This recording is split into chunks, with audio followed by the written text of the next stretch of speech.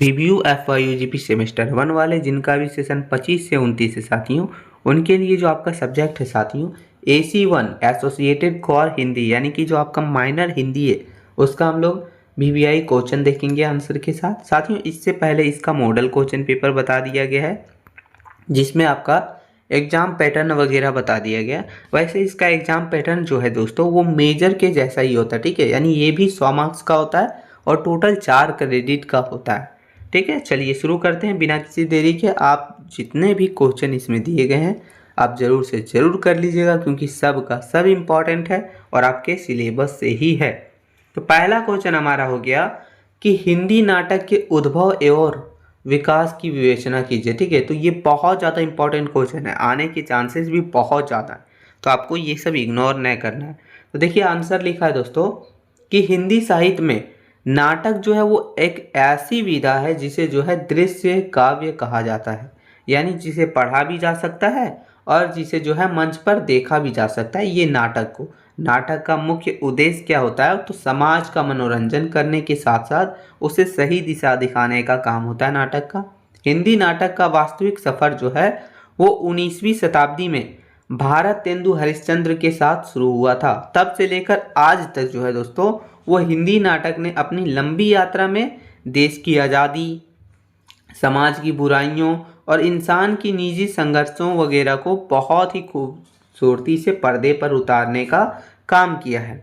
तो साथियों कहने का मतलब ये हुआ जो हमारा हिंदी नाटक है वो एक ऐसी विधा है जिसे हम लोग जो है देख भी सकते हैं, जिसे जो है पढ़ भी सकते हैं। ठीक है, और ये जो है हमारा समाज को मनोरंजन करने के साथ साथ उसे सही दिशा दिखाने का भी काम करता है। और ये शुरुआत कब से हुआ था इसका सफ़र, तो 19वीं शताब्दी में जो है भारत तेंदु हरिश्चंद्र के साथ शुरू हुआ और ये आज तक चलते जा रहा है, जिसमें उन्होंने जो है देश की आज़ादी, समाज की बुराइयां और इंसान की निजी संघर्ष वगैरह को बहुत ही खूबसूरती से दिखाने का काम किया है।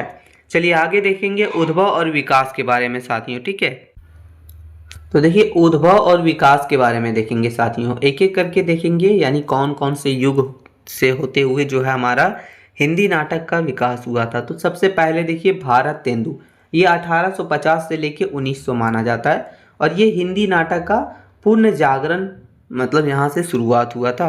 तो देखिए लिखा है कि भारत तेंदु हरिश्चंद्र ने न केवल नाटक लिखे बल्कि क्या किया, हिंदी रंगमंच की नींव भी रखी थी। उन्होंने पारसी थिएटर की व्यावसायिकता और कुहड़ता का विरोध भी करने का काम किया, यानी जो पारसी थिएटर था उन सभी जो बिजनेस वगैरह कर रहा था उन सभी का विरोध किया और उसने जो है हिंदी नाटक लिखा और साथ ही साथ रंगमंच की नींव भी रखी।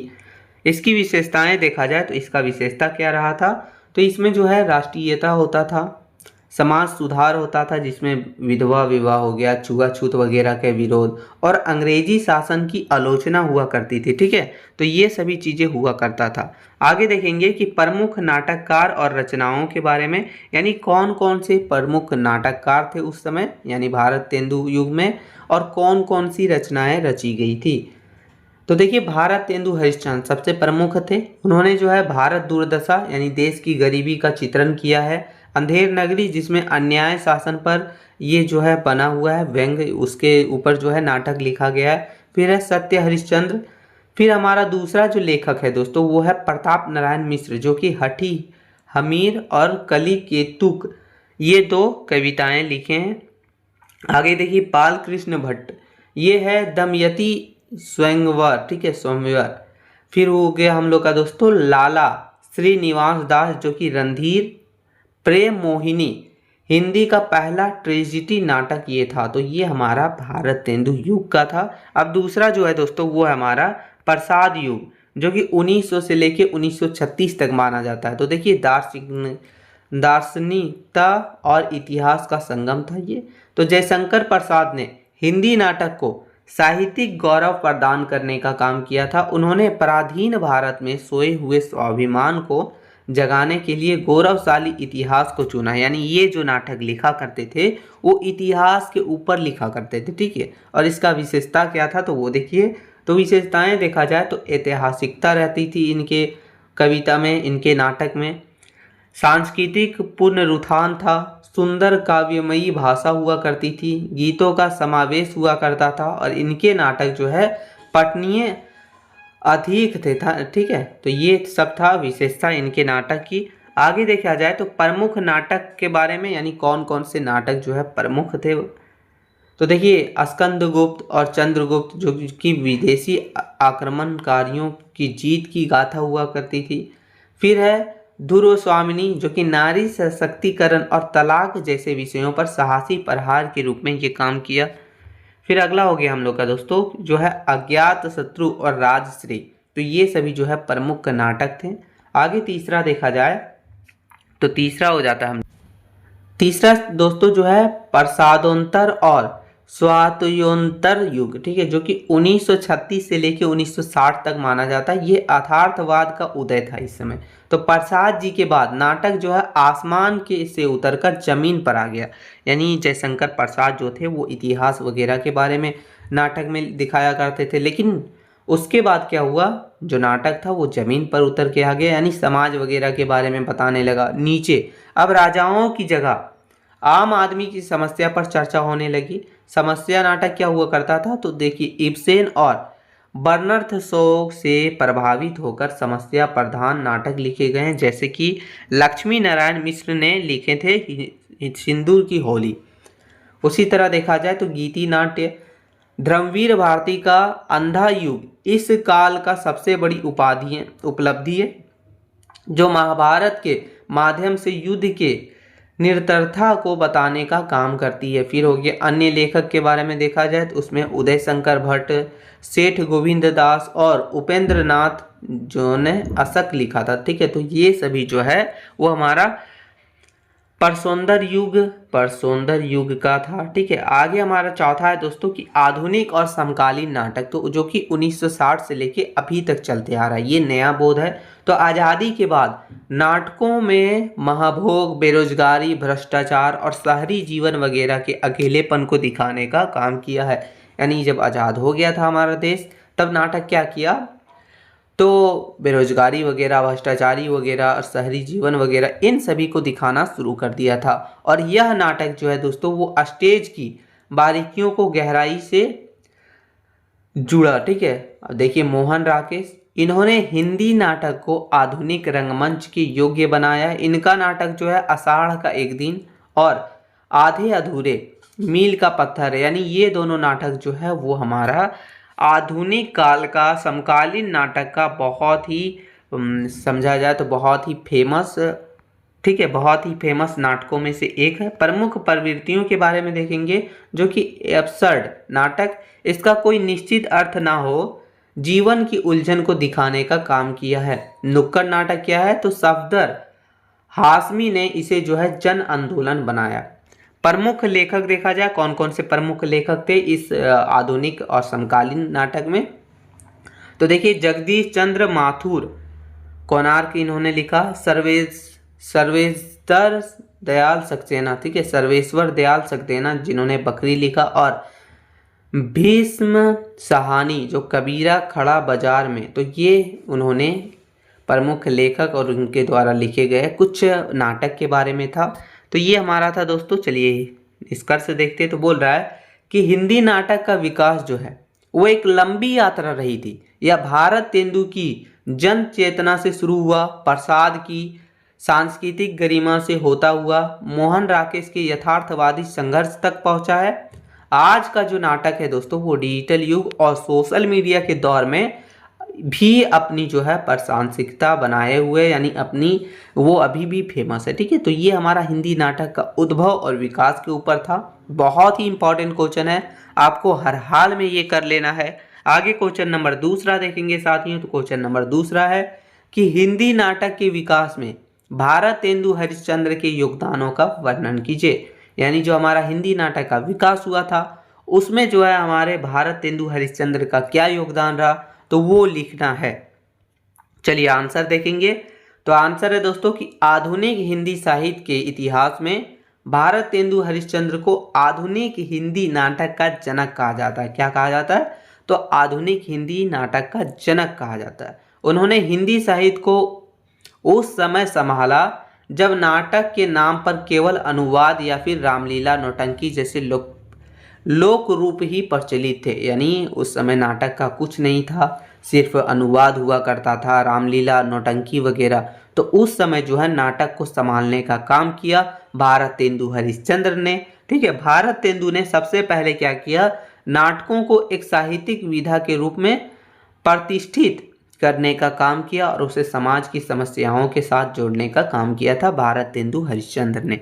आगे देखेंगे मित्रों कि हमारा जो है भारतेंदु जो है उनका योगदान क्या रहा।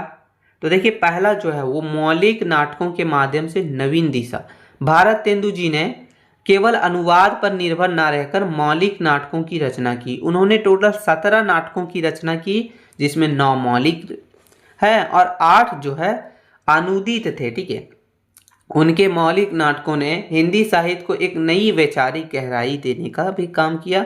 उदाहरण के तौर पर देखिए, तो उदाहरण के तौर पर हमारा जो है वो सत्य हरिश्चंद्र, उन्होंने सत्य हरिश्चंद्र में जहां उन्होंने पौराणिक आदर्शों को रखा, वहीं अंधेर नगरी में तत्कालीन राजनीतिक अर्थव्यवस्था यानी अवस्था पर तीखा प्रहार किया। यानी जो अंधेर नगरी उस समय की जो तत्कालीन राजनीतिक व्यवस्था थी उस समय वही दिखाने का काम किया है।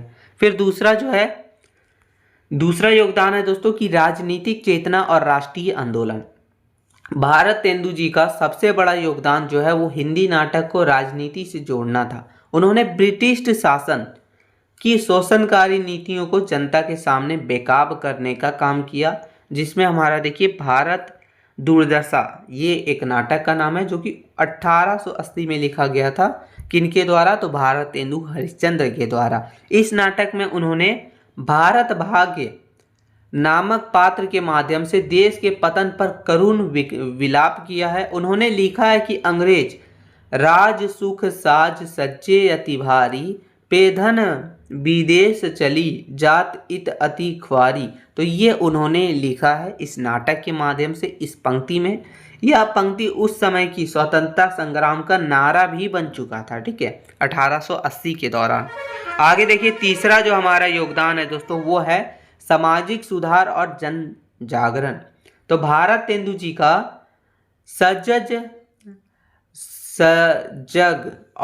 सजग समाज सुधारक थे। यानी ये जो थे वो समाज सुधारक भी थे। इन्होंने जो है वो नाटकों को मनोरंजन के बजाय समाज के दर्पण के रूप में विकसित करने का भी काम किया है। इनका विषय वस्तु देखा जाए तो उन्होंने बाल विवाह का विरोध किया, विधवा विवाह का समर्थन किया, छुआछूत का खंडन किया और धार्मिक आडंबरों पर प्रहार करने का भी काम किया भारतेंदु हरिश्चंद्र ने। उदाहरण के तौर पर देखिए, लिखा है वेदिकी हिंसा हिंसा न भवति में उन्होंने धर्म के नाम पर मांस भक्षण और पशु बलि करने वालों की पोल खोलने का भी काम किया नाटक के माध्यम से। तो ये सभी योगदान है। अगला योगदान है दोस्तों जो कि हमारा है हिंदी रंगमंच और अभिनय कला का विकास। तो भारतेंदु जी का मानना था कि नाटक की सफलता उसकी स्टेज वैल्यू में है। उन्होंने स्वयं कई नाटकों में अभिनय भी किया। जानकी मंगल नाटक में जब लक्ष्मण की भूमिका निभाने वाला कलाकार नहीं पहुंचा तो भारतेंदु ने स्वयं मूछें मुड़वाकर लक्ष्मण का भी रोल किया था, लक्ष्मण का भी अभिनय किया था। उन्होंने काशी में नेशनल थिएटर की स्थापना की और अन्य लेखकों को अभिनय के प्रति प्रेरित करने का भी काम किया, जिसने समाज में नाटककार और अभिनेताओं के प्रति सम्मान भी बढ़ा। इससे अगला हो गया हमारा अगला जो योगदान है वो है भाषा का परिमार्जन और जन भाषा का प्रयोग। भारतेंदु ने नाटकों की भाषा को पंडितों के चंगुल से निकालकर आम जनता की भाषा बनाया। यानी जो है वो कठिन भाषा ना चुन के आसान भाषा में जो है खड़ी बोली की भाषा में जो है नाटक लिखना शुरू किया। उन्होंने संवादों के लिए खड़ी बोली को अपनाया और गीतों के लिए ब्रज भाषा का मधुर प्रयोग करने का भी काम किया, जिससे आम जनता भी समझ पाते थे और अच्छे से पढ़ पाते थे, वो जागृत होते थे। ठीक है, आगे हो गया उनके संवाद छोटे, चुटकुले और प्रभावशाली थे, जो कि सीधे दर्शकों के दिल पर चोट करने का भी काम किया करते थे। आगे हो गया अगला जो हमारा जो है योगदान है दोस्तों वो देखा जाए तो नाट्य सिद्धांतों का प्रतिपादन किया। तो भारतेंदु जी ने नाटक जो है वो 1883 नाटक नाम से एक विस्तृत लेख भी लिखा, यानी लेख लिखा नाटक नाम से ही, जिसे हिंदी नाट्य शास्त्र का पहला महत्वपूर्ण ग्रंथ भी माना जाता है। इन्होंने जो है नाटकों के इसमें जो है उन्होंने नाटकों के उद्देश्य, भाषा, पात्र, योजना और अभिनय के नियम वगैरह को स्पष्ट करने का भी काम किया है। उन्होंने बताया कि समय की मांग के अनुसार नाटकों में रस के साथ साथ लोक कल्याण भी होना बहुत ज़्यादा जरूरी है। तो ये सभी योगदान था। अगला योगदान है जो कि है पारसी थिएटर की व्यावसायिकता का अंत करने का काम किया उन्होंने। तो उस समय जो पारसी थिएटर कंपनियां केवल सस्ते मनोरंजन और अश्लीलता पर आधारित नाटक दिखाने का काम करती थी, तो भारतेंदु ने क्या किया, उसके विरुद्ध एक साहित्यिक मोर्चा खोला और गंभीर, उद्देश्यपूर्ण और मर्यादित नाटकों की परंपरा शुरू करने का काम किया। तो ये सभी योगदान रहा है जो हमारा हिंदी नाटक के विकास में भारतेंदु हरिश्चंद्र का। आगे देखेंगे कि भारतेंदु जी की प्रमुख नाट्य कृतियां के बारे में पहला हो गया अंधेर नगरी, जो कि 1881 में लिखा गया था। यह एक कालजयी प्रहसन है, ठीक है। इसमें विवेकहीन शासन व्यवस्था और मूर्ख राजा के बारे में लिखा गया है, जिसका उद्देश्य है कि जहां गुण अवगुण में भेद नहीं होता वह राज्य नष्ट हो जाता है, ठीक है। तो ये अंधेर नगरी के माध्यम से लोगों को बताने का काम किया भारतेंदु हरिश्चंद्र ने। दूसरा उनके द्वारा जो प्रमुख कृतियां लिखी गई है, नाटक लिखी गई है, वो है भारत दुर्दशा, जो 1880 में लिखा गया था। तो यह हिंदी का पहला राजनीतिक नाटक माना जाता है। इसमें भारत की गरीबी, गुलामी वगैरह के कारणों वगैरह की पड़ताल की गई है, यानी भारत की गरीबी के बारे में और गुलामी के कारणों के बारे में इसमें लिखा गया, उसका पड़ताल किया गया कि क्या कारण है, ठीक है। फिर हमारा तीसरा जो है वो है सत्य हरिश्चंद्र। इसमें पौराणिक चरित्र के माध्यम से सत्य और धर्म की रक्षा का आदर्श प्रस्तुत करने का काम किया है भारतेंदु हरिश्चंद्र ने। फिर चौथा हो गया हम लोग का दोस्तों जो है अनुदित नाटक, जिसमें हमारा आता है कि उन्होंने मुद्रा राक्षस, जो कि संस्कृत में लिखा था, विद्या सुंदर, जो कि बंगला में लिखा था, और मार्चेंट ऑफ वेनिस, जो कि अंग्रेजी दुर्लभ बंधु का अनुवाद कर हिंदी नाटक को वैश्विक पहचान देने का काम किया। यानी जो संस्कृत में हुआ करता था, जो बंगला में हुआ करता था, जो अंग्रेजी में हुआ करता था, उसे अनुवाद करके हिंदी में अनुवाद करके लोगों तक पेश करने का काम किया करते थे भारतेंदु हरिश्चंद्र। निष्कर्ष से देखा जाए दोस्तों तो लिखा है कि भारतेंदु हरिश्चंद्र हिंदी नाटक के वास्तविक आधार स्तंभ हैं। उन्होंने हिंदी नाटक को पुराने ढर्रे से निकालकर आधुनिक समाज और राजनीतिक से जोड़ने का काम किया। उन्होंने केवल महान नाटक लिखे, मतलब उन्होंने ना केवल महान नाटक लिखे बल्कि जो है हिंदी रंगमंच की नींव भी रखी।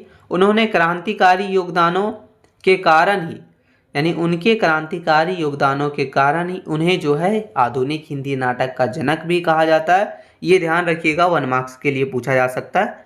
आज का हिंदी नाटक उन्हीं के दिखाए रास्ते पर आगे बढ़ रहा है। तो ये हमारा क्वेश्चन नंबर दूसरा है, जो कि हिंदी नाटक में भारतेंदु हरिश्चंद्र के योगदानों का वर्णन करें। आगे क्वेश्चन नंबर तीसरा हो गया दोस्तों कि हिंदी उपन्यास के उद्भव और विकास का वर्णन कीजिए। अब हम लोग उपन्यास का उद्भव और विकास के बारे में देखेंगे। जितने भी क्वेश्चन हैं हम बार बार बोल रहे हैं, बहुत ज़्यादा इंपॉर्टेंट है, आपको मिस नहीं करना है। देखिए आंसर है दोस्तों कि उपन्यास जो है वो आधुनिक युग की सबसे लोकप्रिय विधा है, यानी आज के समय की सबसे लोकप्रिय, सबसे फेमस विधा है। उपन्यास का अर्थ क्या होता है, तो सामने रखा हुआ उप प्लस न्यास, यानी क्या हुआ, वह रचना जो समाज का वास्तविक दर्पण हमारे सामने रखे हैं उसे ही जो है हम लोग उपन्यास के नाम से जानते हैं। हिंदी उपन्यास का जन्म जो है वो 19वीं शताब्दी के उत्तरार्ध में ही हुआ था। इस पर अंग्रेजी और बांग्ला उपन्यासों का गहरा प्रभाव भी पड़ा। जहां पहले कहानियां केवल राजा रानियों और जादुई दुनिया तक ही ये लिमिट रहा करती थी, वहीं उपन्यास ने जो है क्या किया, वो आम आदमी के जीवन और उसकी समस्या वगैरह को साहित्य का केंद्र बनाने का काम किया था। यानी पहले क्या हुआ करता था कि कहानी जो है वो सिर्फ राजा रानियों और जादुई दुनिया वगैरह तक ही ये दिखाई जाती थी, लेकिन वही जो हमारा उपन्यास है उन्होंने आम आदमी के जीवन और उसकी समस्या वगैरह को दिखाने का भी काम किया। चलिए आगे देखेंगे कि हिंदी का प्रथम उपन्यास के बारे में, जो है भाग्यवती, जो 1877 में, तो सरदार राम फुलेरी द्वारा ये लिखा गया था। फिर है परीक्षा गुरु, जो कि 1882 में, लाला श्रीनिवास दास कृत, आचार्य रामचंद्र शुक्ला ने परीक्षा गुरु को ही हिंदी का प्रथम मौलिक उपन्यास माना है। तो ये हिंदी का प्रथम उपन्यास है। आगे देखेंगे कि हिंदी उपन्यास के विकास के चरण के बारे में, यानी जो हमारा हिंदी उपन्यास का जो विकास हुआ था वो किस किस चरण में हुआ था, कौन कौन से युग में हुआ था, उन सभी के बारे में। तो पहला हो गया हमारा जो है दोस्तों प्रेमचंद्र पूर्व युग, जो 1882 से लेके 1918 तक माना जाता है। तो कुतूहल और मनोरंजन का काल रहा यह हिंदी उपन्यास का शैशव काल था। इस युग के उपन्यासकारों का मुख्य उद्देश्य क्या हुआ करता था, तो पाठकों का मनोरंजन करना और उसमें पढ़ने की रुचि जगाना। तो ये उस समय का जो है प्रमुख उद्देश्य हुआ करता था। चलिए आगे देखेंगे तिलस्मी एलारी उपन्यास। देवकी नंदन खनी ने चंद्रकांता और चंद्रकांता सतीति लिखकर अद्भुत लोकप्रियता हासिल की। इन उपन्यासों में जादू, रहस्य और रोमांच वगैरह की प्रधानता है, यानी ये सभी के बारे में दिखाया गया है। फिर हो गया हमारा जासूसी उपन्यास, ठीक है। जो ये जासूसी उपन्यास है वो गोपाल राम गहमरी ने शर्लक होम्स की तर्क पर जासूसी उपन्यास लिखे। जैसे कि देखा जाए तो बेकसूर की फांसी, तो ये सभी जो है वो जासूसी उपन्यास है। फिर हो गया हमारा ऐतिहासिक रोमानी उपन्यास। किशोरी लाल गोस्वामी ने इसी काल में तारा सुल्तान आदि उपन्यास लिखने का भी काम किया, यानी ये दोनों और भी बहुत सारे इसी तरीक़ा से उपन्यास लिखने का काम किया। तो ये हमारा था। दूसरा हो गया जो है प्रेमचंद्र युग, 1918 से लेकर 1936 तक माना जाता है, जिसे हम लोग स्वर्ण काल के नाम से भी जानते हैं। मुंशी प्रेमचंद्र के आगमन से हिंदी उपन्यास जो है वो काल्पनिकता से निकलकर यथार्थ की ठोस जमीन पर खड़ा हुआ। उन्होंने उपन्यास को समाज सुधार और राष्ट्रीय आंदोलन से जोड़ने का भी काम किया था मुंशी प्रेमचंद्र ने, यानी पहले काल्पनिकता के साथ लिखी जाती थी उपन्यास, लेकिन जैसे ही मुंशी प्रेमचंद्र का आगमन हुआ तो हमारा जो हिंदी उपन्यास है वो लोगों के यानी लोगों की समस्या, समाज सुधार, राष्ट्रीय आंदोलन वगैरह से जोड़ने का काम किया इन्होंने। विशेषताएं देखा जाए तो ग्रामीण जीवन का चित्रण हुआ, किसानों का शोषण, छुआछूत वगैरह को दिखाया गया, नारी समस्या को, मध्य वर्ग का जो यानी मिडिल क्लास लोगों का जो मेहनत वगैरह है, परेशानी है, उन सभी को दिखाने का काम किया, दृढ़ वगैरह को। प्रमुख कृतियां के बारे में देखा जाए, यानी प्रमुख समझ लीजिए प्रमुख रचनाओं के बारे में, तो वो देखा जाए गोदान पहला हो गया हमारा, जो कि कृषक जीवन की महाकथा ये। फिर है गबन दोस्तों, जो कि मध्यम वर्गीय कमजोरी के बारे में है। फिर है सेवा सदन, जो कि वेश्या समस्या के बारे में। फिर है निर्बला, यानी दहेज और अनमेल विवाह वगैरह के बारे में। इन सभी कृतियां के माध्यम से, या फिर समझ लीजिए इन सभी रचना के माध्यम से दिखाया गया है। फिर है अन्य दिग्गज, जो कि जयशंकर प्रसाद ने कंकाल और तितली के माध्यम से समाज का नग्न सच्चाई और ग्रामीण सुधार को दिखाने का भी काम किया है। फिर हमारा हो जाता है दोस्तों तीसरा, जो है प्रेमचंदोदर युग, जो कि 1936 से लेकर 1950 तक माना जाता है, और ये वैचारिक विविधता का काल था। प्रेमचंद्र के बाद उपन्यास विधा कई धाराओं में बट गई, जिसमें मनोवैज्ञानिक धारा, जो कि जैनेन्द्र, त्यागपत्र, सुनीता और अजय, जो कि शेखर एक जीवनी ने पत्रों के आंतरमग्न, काम कुंठा और मानसिक उलझनों वगैरह का विश्लेषण करने का भी काम किया इन्होंने, जैनेन्द्र ने और अजय ने, ठीक है। फिर हमारा हो गया दोस्तों आगे जो है प्रगतिवाद, साम्यवादी धारा। यशपाल ने झूठा सच्चा, यानी झूठा सच, इन दोनों के विभाजन पर आधारित और दिव्या के माध्यम से वर्ग संघर्ष और सामाजिक न्याय वगैरह की बात करने का काम किया है। फिर हमारा ऐतिहासिक धारा, जो कि हजारी प्रसाद द्विवेदी जी ने जो है बाणभट्टा की आत्मकथा लिखकर सांस्कृतिक पुनर्जागरण का भी काम किया है। फिर आगे हमारा है दोस्तों जो है स्वातंत्र्योत्तर और समकालीन युग, जो कि 1950 से अब तक माना जाता है। तो आज़ादी के बाद उपन्यास जो है वो आधुनिक बोध और नई विसंगतियों से जुड़ गया। क्या क्या से जुड़ गया? तो देखिए, आंचलिक उपन्यास फणीश्वर नाथ रेणु ने मेला आंचल लिखकर एक पूरे क्षेत्र की धूल मिट्टी, गीत और राजनीति को शब्दों में पिरोने का भी काम किया। फिर व्यंग्य प्रधान देखा जाए तो श्रीलाल शुक्ल का राग दरबारी आज़ादी के बाद की खोखली व्यवस्था पर सबसे करारा व्यंग था। फिर हमारा है आधुनिकता बोध, महानगरीय अकेलापन और अजनबीपन जैसे आधा गांव, तमाश, ये सभी के माध्यम से आधुनिकता का बोध किया गया। फिर स्त्री विमर्श, मन्नू भंडारी का आपका बंटी, जो कि तलाकशुदा माता पिता के बच्चों की पीड़ा वगैरह को, और कृष्णा सोबती के उपन्यास वगैरह को दिखाने का काम करता है, यानी स्त्री विमर्श का भी इसमें जो है बोध किया गया, दिखाया गया है। तो ये सभी जो था हमारा दोस्तों वो हिंदी उपन्यास के उद्भव और विकास के बारे में था। निष्कर्ष देखते हैं तो लिखा है दोस्तों कि जो हमारा हिंदी उपन्यास जो है वो परीक्षा गुरु के उपन्यासों से शुरू हुआ, उपदेशों से शुरू होकर आज जीवन की हर जटिल पहलुओं को समेटे हुए है। आज यह विधा न केवल भारत में बल्कि अंतर्राष्ट्रीय स्तर पर भी अपनी धाक जमा चुकी है। यह समाज को बदलने और समझने का सबसे सशक्त माध्यम में से एक है। तो ये बहुत ही इंपॉर्टेंट क्वेश्चन था, आपको कर लेना है। आगे क्वेश्चन नंबर हम लोग देखेंगे दोस्तों, क्वेश्चन नंबर 4 क्वेश्चन है दोस्तों कि हिंदी उपन्यास के विकास में प्रेमचंद्र के योगदानों का वर्णन कीजिए। यानी जो हमारा हिंदी उपन्यास का जो विकास हुआ था उसमें प्रेमचंद्र जी का क्या योगदान था, यानी मुंशी प्रेमचंद्र का क्या योगदान था, वो हमें लिखना है, बहुत ही इंपॉर्टेंट है। चलिए आंसर देखते हैं।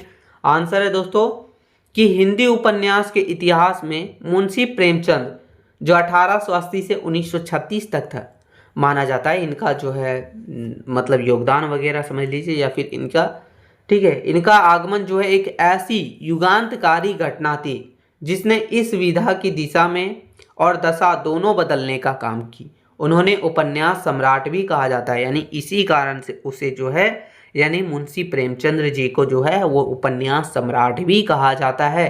प्रेमचंद्र से पूर्व हिंदी उपन्यास सिर्फ मनोरंजन के लिए काला मतलब जादू वगैरह और जासूसी वगैरह की काल्पनिकता तक ही ये लिमिट हुआ करती थी, लेकिन जैसे ही इनका आगमन हुआ इनका वास्तविकता जीवन से कोई लेना देना नहीं हुआ करता था। और जैसे ही प्रेमचंद्र जी ने पहली बार उपन्यासों को मालों से और तिलमिस्कों से निकालकर आम आदमी की झोपड़ी, खेतों की धूल और समाज की कड़वी सच्चाई वगैरह से जोड़ने का काम किया, यानी इन सभी को दिखाने का काम किया। उन्होंने उपन्यास को मानव जीवन का चित्र माना और इसे मनोरंजन के वस्तु के बजाय समाज सुधार का एक हथियार के रूप में बनाने का काम किया। तो ये सभी जो है हमारा मुंशी प्रेमचंद्र जी का देखा जाए इन्होंने काम किया था। आगे देखेंगे एक एक करके, यानी मुंशी प्रेमचंद्र जी का प्रमुख योगदान के बारे में।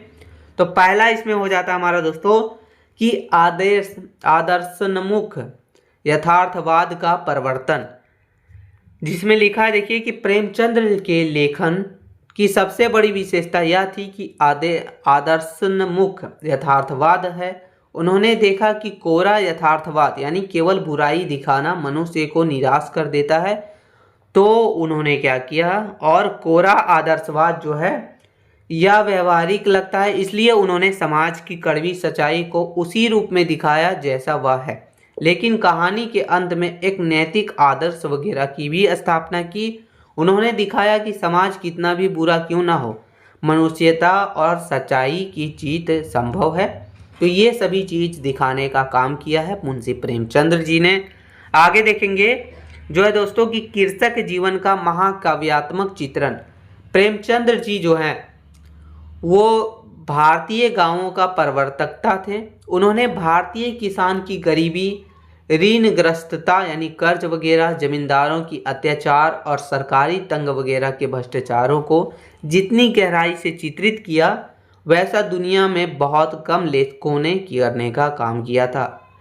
तो देखिए पहला गोदान के माध्यम से, गोदान जो उनके द्वारा लिखा गया उपन्यास है उनके माध्यम से किया था, जो कि 1936 में लिखा गया है। तो यह उपन्यास उनके योगदान का शिखर है। इसमें होरी के माध्यम से उन्होंने दिखाया कि कैसे एक सीधा साधा किसान जमींदारों और साहूकारों के शोषण के चक्र में फंसकर अपनी जान दे देता है। ये गोदान उपन्यास के माध्यम से दिखाने का काम किया है।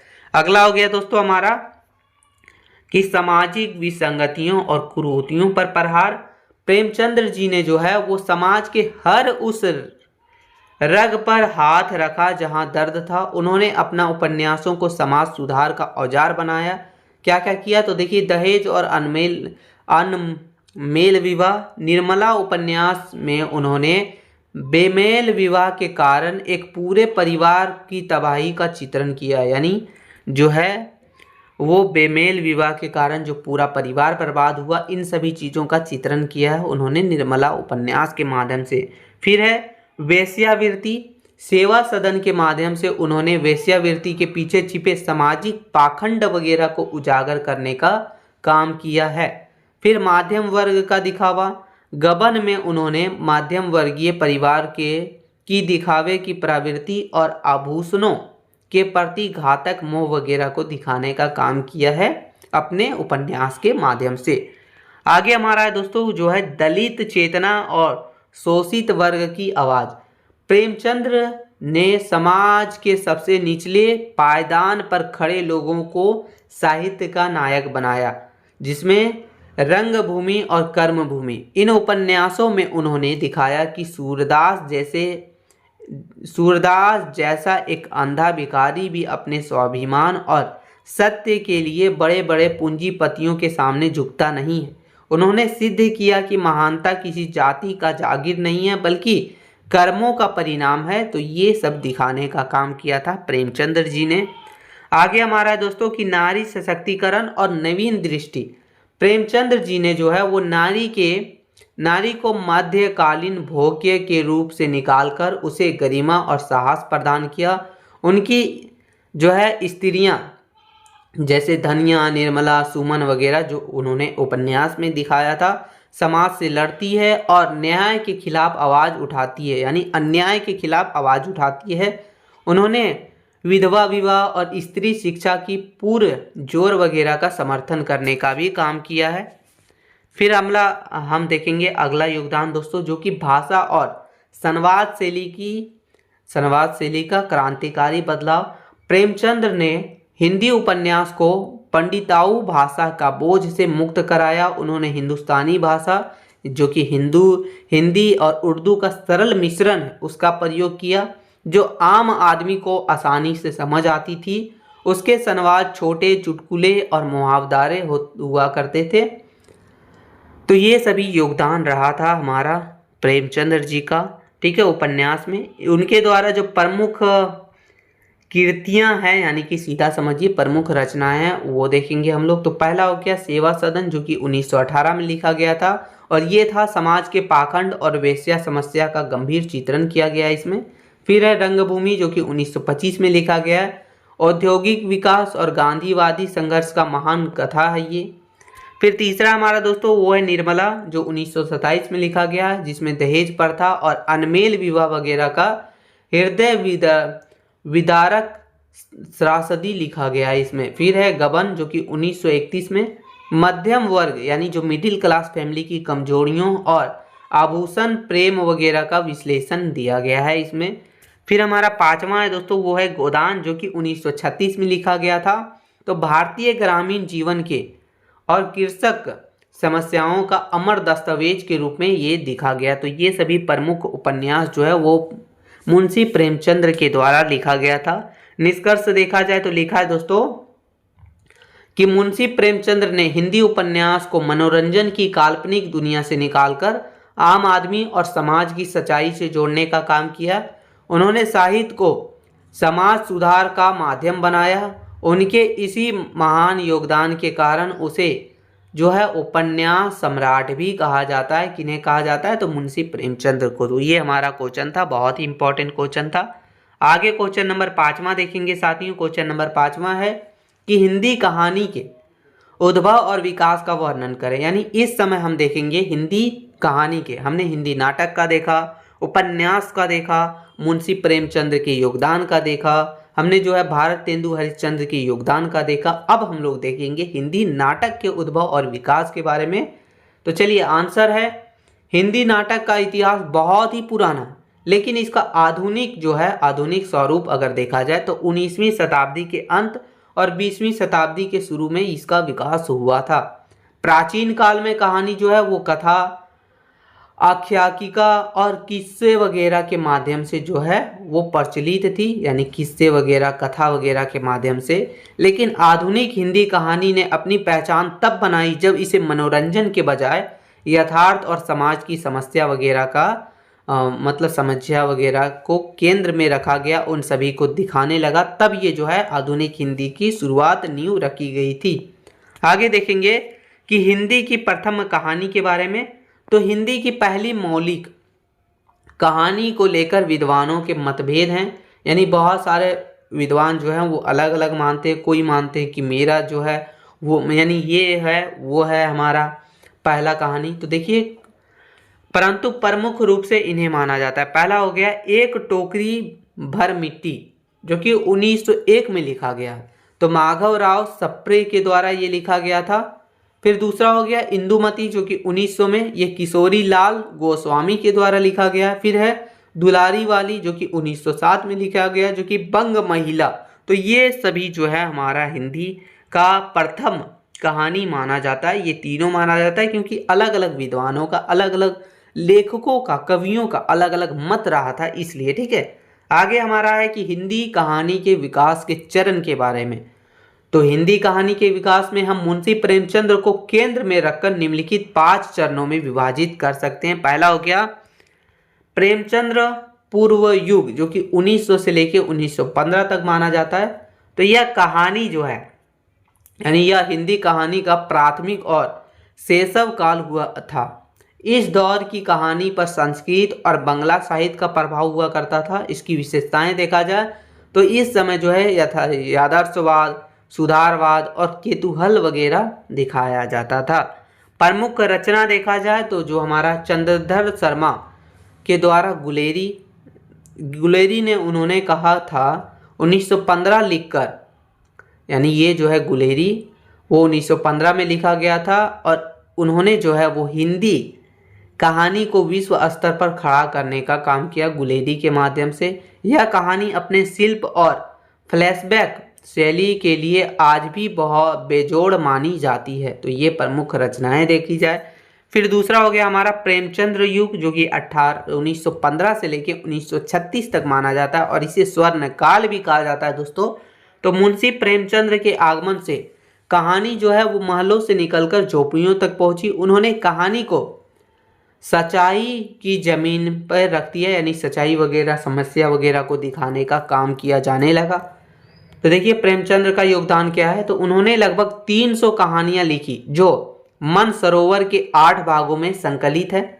उनकी कहानी जैसे कि कफन हो गया, पूस की रात हो गया, पंच परमेश्वर हो गया, ईदगाह वगैरह, ये सब उनके द्वारा, प्रेमचंद्र के द्वारा लिखे गए कहानी है, जो कि हमारा समाज के आईना का काम करता है। ये समाज की समस्या वगैरह को दिखाने का काम करता है। फिर जयशंकर प्रसाद, इसी दौर में प्रसाद जी ने भावुकता और ऐतिहासिकता प्रधान कहानियाँ लिखी, जैसे कि आकाशदीप हो गया, पुरस्कार हो गया और गुंडा वगैरह हो गया। तो ये सभी जो है जयशंकर प्रसाद के द्वारा लिखे गए प्रमुख कहानी है। फिर हमारा अगला हो गया दोस्तों, वो है प्रेमचंदोत्तर युग, जो कि 1936 से लेकर 1950 तक माना जाता है।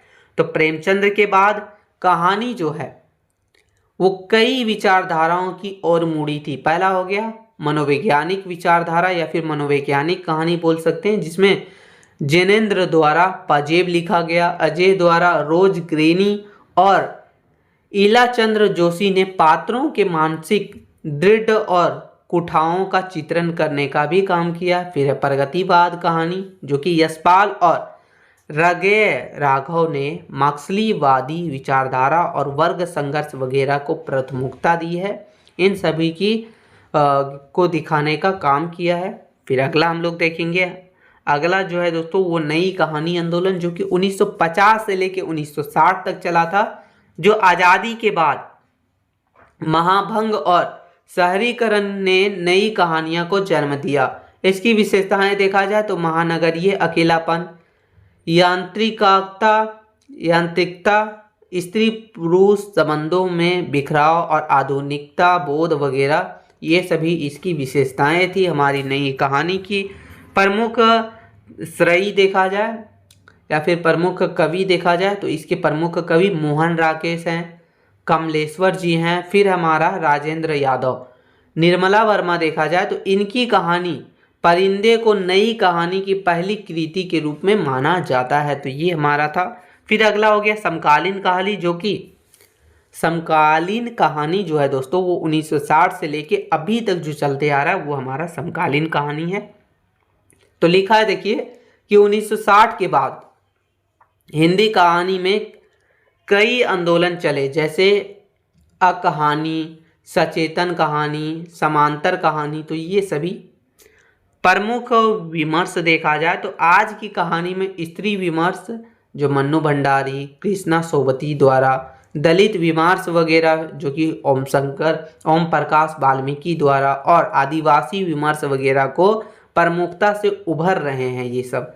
तो अब निष्कर्ष देखते हैं, यानी सीधा समझिए दोस्तों, हमने इस क्वेश्चन के माध्यम से हिंदी कहानी के उद्भव और विकास के बारे में देखा था। चलिए निष्कर्ष देखते हैं। निष्कर्ष लिखा है कि हिंदी कहानी ने किस्सा गोई से शुरू होकर, यानी किस्सा वगैरह से शुरू होकर आज जीवन की सबसे जटिल मनोवैज्ञानिक और सामाजिक पहलुओं तक सफर तय किया है।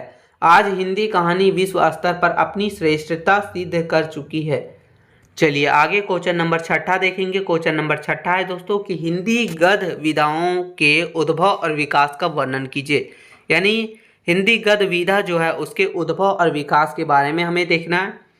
आंसर देखेंगे कि हिंदी साहित्य के आधुनिक काल को गद्य काल कहा जाता है, यानी आधुनिक काल को जो है वो गद्य काल कहा जाता है। 19वीं शताब्दी से पहले साहित्य केवल कविताओं में लिखा जाता था, लेकिन आधुनिक युग में कहानी, उपन्यास, नाटक और निबंध जैसी नई विधाओं का जन्म हुआ, और यही सब जो हमारा गद्य विधा कहलाता है, गद्य काल कहलाता है। ठीक है, इन विधाओं को लोकप्रियता बनाने का असली श्रेय जो है वो भारत तेंदु हरिश्चंद्र को जाता है।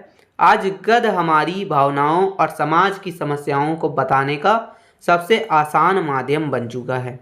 तो ये हमारा हिंदी साहित्य के गद्य काल के बारे में था। आगे देखेंगे कि हिंदी गद्य का उद्भव के बारे में, यानी इसकी शुरुआत के बारे में। तो हिंदी गद्य का प्रारंभिक रूप देखा जाए तो वो राजस्थानी और ब्रज भाषा में मिलता है, लेकिन आधुनिक खड़ी बोली गद्य का विकास 19वीं शताब्दी से के प्रारंभ में हुआ था, यानी 19वीं शताब्दी के शुरुआत में जो है वो खड़ी बोली वाली गद्य का विकास हुआ था।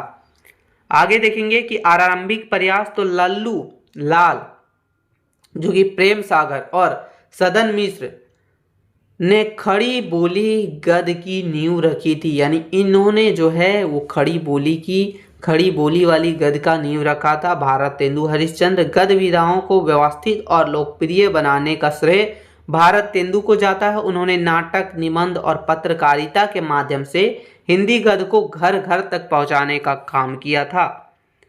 अब देखेंगे साथियों कि प्रमुख गद्य विधाओं का विकास के बारे में, यानी जो भी गद्य विधा था उनका विकास कैसे हुआ। तो पहला हो गया हमारा हिंदी नाटक।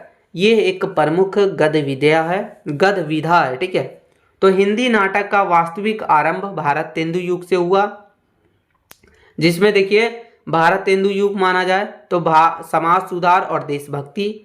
प्रसाद युग देखा जाए तो जयशंकर प्रसाद ने ऐतिहासिक नाटकों के जरिए इसे ऊंचाइयां देने का काम किया है। आधुनिक युग तो मोहन राकेश के नाटकों ने आधुनिक जीवन के तनाव को दिखाने का काम किया है। तो ये हमारा हिंदी नाटक पहला जो है गद्य विधा है। दूसरा हमारा हिंदी उपन्यास। दोस्तों वो हिंदी उपन्यास की शुरुआत मनोरंजन और उपदेश के लिए हुई थी, जिसमें पहला हो गया हमारा प्रथम उपन्यास जो कि लाला श्रीनिवास दास की परीक्षा गुरु 1882 में। प्रेमचंद्र युग, प्रेमचंद्र ने उपन्यास को यथार्थ से जोड़ा यानी सच्चाई वगैरह से जोड़ने का काम किया अपने गोदान उपन्यास के माध्यम से। फिर है आधुनिक युग, मनोवैज्ञानिक और आंचलिक उपन्यासों का विकास हुआ, जैसे मेला आंचल वगैरह जो है वो। तो ये हमारा हिंदी उपन्यास है। फिर है हिंदी कहानी साथियों। चलिए हिंदी कहानी के बारे में देखेंगे। तो कहानी जो है वो हिंदी गद्य की सबसे लोकप्रिय विधा में से एक है। इसकी शुरुआत जो है वो सरस्वती पात्रिका जो कि 1900 के साथ उन्होंने कहा था एक मील का पत्थर है, ठीक है, यानी उन्होंने कहा था ये एक कहानी है। और ये कहानी जो है उस समय से शुरुआत हुई थी, 1900 से शुरू हुई थी, ठीक है, सरस्वती पत्रिका के साथ शुरू हुआ था। इसका विकास देखा जाए तो इसके विकास में प्रेमचंद्र ने इसे किसानों और गरीबों से जोड़ा। नई कहानी आंदोलन जो कि राकेश मोहन, कमलेश्वर वगैरह ने आधुनिक मनुष्य के अकेलेपन को दिखाने का काम किया है। फिर हमारा आगे है दोस्तों वो है हिंदी निबंध। तो निबंधों का विकास विचारों की अभिव्यक्ति के लिए हुआ। भारतेंदु जो कि व्यंग्यात्मक और सामाजिक निबंध। फिर है शुक्ल युग, आचार्य रामचंद्र शुक्ला ने चिंतामणि के माध्यम से गंभीर और मनोवैज्ञानिक निबंध लिखे। वे हिंदी निबंध के सबसे बड़े स्तंभ माने जाते हैं। कौन माने जाते हैं? तो रामचंद्र शुक्ल माने जाते हैं। तो ये सभी जो है वो प्रमुख गद्य विधा, ठीक है। और भी बहुत सारे हैं जो कि अन्य विधा है। तो देखिए 20वीं शताब्दी के उत्तरार्ध में कुछ और विधाओं का विकास हुआ। इसमें स्मरण और रेखा चित्र है जो महादेवी वर्मा, आत्मकथा और जीवनी, क्या भेलू क्या याद कलूं, ये बच्चन के द्वारा लिखा गया था। फिर हमारा रिपोर्टाज और यात्रा साहित्य है जो कि राहुल संकृत्यान के द्वारा लिखा गया। ये यात्रा साहित्य के जनक थे, ठीक है, जो हमारा राहुल संकृत्यान हैं, ये जो है यात्रा साहित्य के जनक माने जाते हैं। आगे देखेंगे कि हिंदी गद्य के विकास के प्रमुख युग के बारे में, यानी कौन कौन से युग हैं जिसमें जो है हिंदी गद्य का विकास हुआ था। तो पहला हो गया भारतेंदु युग। इसमें जो है वो 1850 से लेकर 1900 तक माना जाता है और गद्य का जन्म और शुरुआती प्रयोग इसे ही माना जाता है। दूसरा हो गया द्विवेदी युग जो कि 1900 से लेकर 1920 तक माना जाता है। भाषा का परिमार्जन और व्यवहारिक शुद्धता इसमें दी गई थी जो कि महावीर प्रसाद द्विवेदी के द्वारा। फिर हमारा तीसरा दोस्तों वो है शुक्ल प्रेमचंद्र युग जो कि 1920 से लेकर 1936 तक माना जाता है। तो गद्य का स्वर्ण काल जहां विधाएं परिपक्व हो चुकी थी। फिर हमारा है आदतन युग जो कि 1936 से अब तक माना जाता है। नए प्रयोगों और आधुनिक विचारधाराओं वगैरह का काल था ये। तो ये प्रमुख जो है वो हमारा प्रमुख युग है हिंदी गद्य के विकास का। निष्कर्ष देखते हैं। तो निष्कर्ष लिखा है दोस्तों कि जो हमारा हिंदी गद्य विधाओं का जो विकास हुआ वो हमारी बदलती सोच का परिणाम है। भारतेंदु युग से शुरू हुई यह यात्रा आज कहानी, उपन्यास और नाटक जैसी कई शाखाओं में फैल चुकी है। आज गद्य केवल सूचना देने का जरिया नहीं है बल्कि यह हमारे समाज की सच्चाई और आम आदमी के सुख दुख को व्यक्त करने का सबसे शक्तिशाली माध्यम बन चुका है हमारा गद्य विधा, ठीक है। तो ये हमारा क्वेश्चन था, बहुत ही इंपॉर्टेंट क्वेश्चन है। आगे क्वेश्चन नंबर 7वां देखेंगे दोस्तों। जो हमारा क्वेश्चन नंबर 7वां है कि जयशंकर प्रसाद के ऐतिहासिक नाटकों की प्रमुख विशेषताओं पर प्रकाश डालिए। यानी सीधा समझिए कि जयशंकर प्रसाद के द्वारा जितने भी नाटक लिखे गए हैं उनके प्रमुख विशेषताओं पर प्रकाश डालना, हमें ये लिखना है। चलिए देखेंगे आंसर। तो लिखा है दोस्तों कि जयशंकर प्रसाद छायावाद के प्रमुख स्तंभ होने के साथ साथ एक महान नाटककार भी थे। उन्होंने भारतीय इतिहास के स्वर्णिम काल को अपने नाटकों का विषय बनाया, यानी इतिहास वगैरह को, जिसमें मौर्य साम्राज्य हो गया, गुप्त वंश वगैरह हो गया, तो इन सभी को जो है अपने नाटक का विषय बनाया, नाटक का माध्यम बनाया और इन्हीं सभी इतिहास वगैरह को ही लिखने का काम किया, ऐतिहासिकता वगैरह को लिखने का काम किया। उनके प्रमुख ऐतिहासिक नाटक जो है वो स्कंदगुप्त है, चंद्रगुप्त है, अज्ञात शत्रु है, धुर स्वामिनी वगैरह उनके द्वारा यानी जयशंकर प्रसाद के द्वारा लिखे गए प्रमुख ऐतिहासिक नाटक है। उनके नाटकों का मुख्य उद्देश्य जो हुआ करता था दोस्तों वो हुआ करता था कि सोई हुई भारतीय जनता में सांस्कृतिक गौरव और राष्ट्र प्रेम की भावना वगैरह को जगाने का काम किया करते थे। कौन? तो ये किया करते थे जयशंकर प्रसाद। प्रमुख विशेषताएं देखा जाए तो देखिए कौन कौन सी विशेषताएं थी इनके नाटकों में। तो देखिए राष्ट्रीय चेतना और देशभक्ति हुआ करती थी। तो प्रसाद जी के नाटकों का सबसे प्रमुख स्वर राष्ट्र प्रेम था। उन्होंने इतिहास के उन पन्नों को पलटा जहां भारतीय राजाओं की विदेशी आक्रमणकारियों को धूल चटाई थी। चंद्रगुप्त नाटक में सिकंदर की हार दिखाकर उन्हें गुलाम भारतीयों को यह संदेश दिया कि साहस की आज़ादी पाई जा सकती है।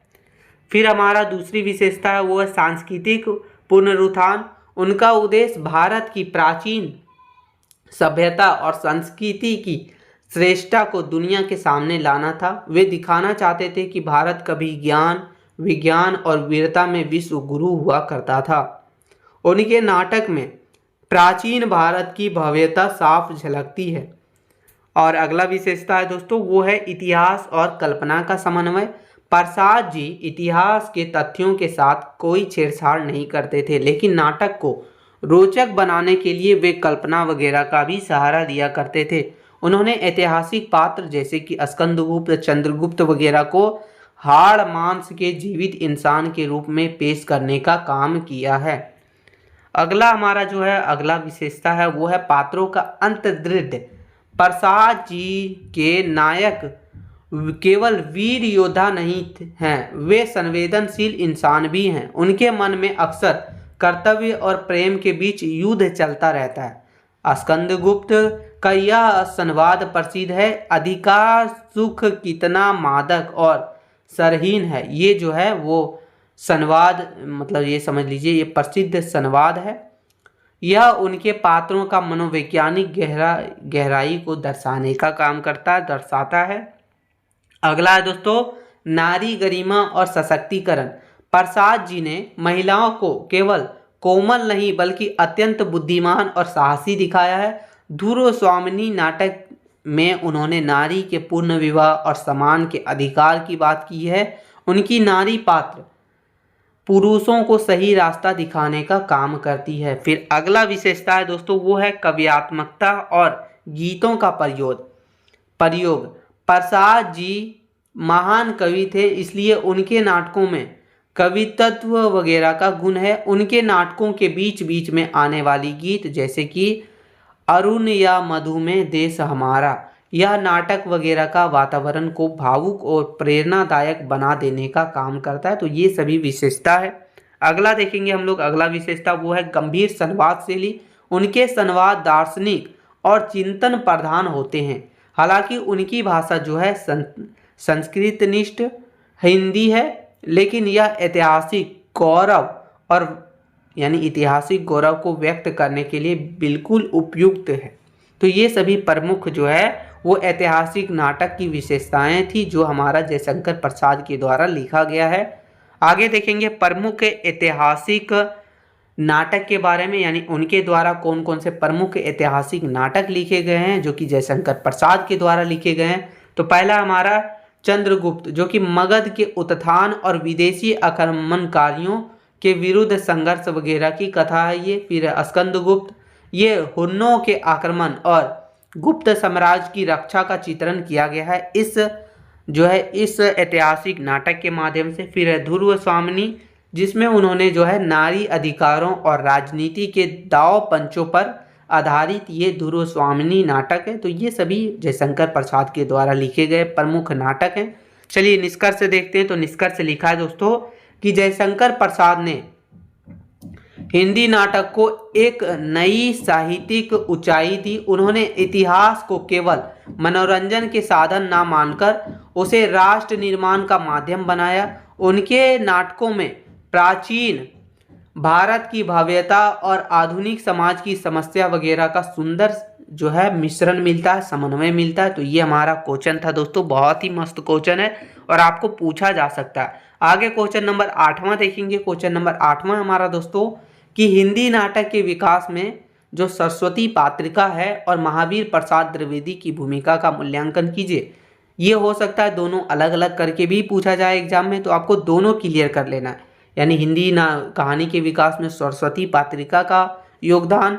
फिर अलग से आपको महावीर प्रसाद द्विवेदी जी की भूमिका का मूल्यांकन दोनों पढ़ लेना है, तो हमने जो है दोनों को साथ ले लिए हैं। आंसर देखिए लिखा है कि हिंदी कहानी के आधुनिक स्वरूप का उदय जो है वो 20वीं शताब्दी के शुरू में हुआ था, प्रारंभ में हुआ था। इस विकास यात्रा दो सबसे बड़े आधार स्तंभ रहे थे। पहला हो गया हमारा सरस्वती पात्रिका और दूसरा हो गया उसके महान संपादक जो है वो आचार्य महावीर प्रसाद द्विवेदी जी।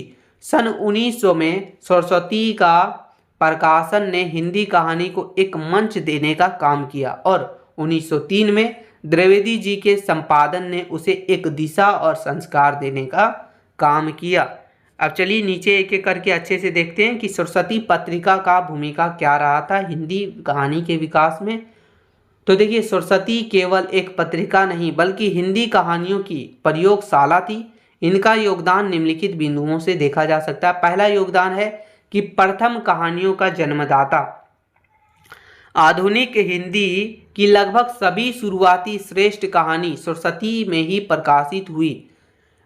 इसने जो है वो हिंदी को मौलिक कहानी का स्वरूप देने का काम किया। जैसे उदाहरण के लिए देखा जाए तो इंदुमती, धुलाई वाली, 11 वर्ष का समय, ठीक है 11 वर्ष का समय, तो ये सभी कहानी। फिर अगला इसका जो है वह कहानी विधा को पहचान दिलाने का काम किया इसने।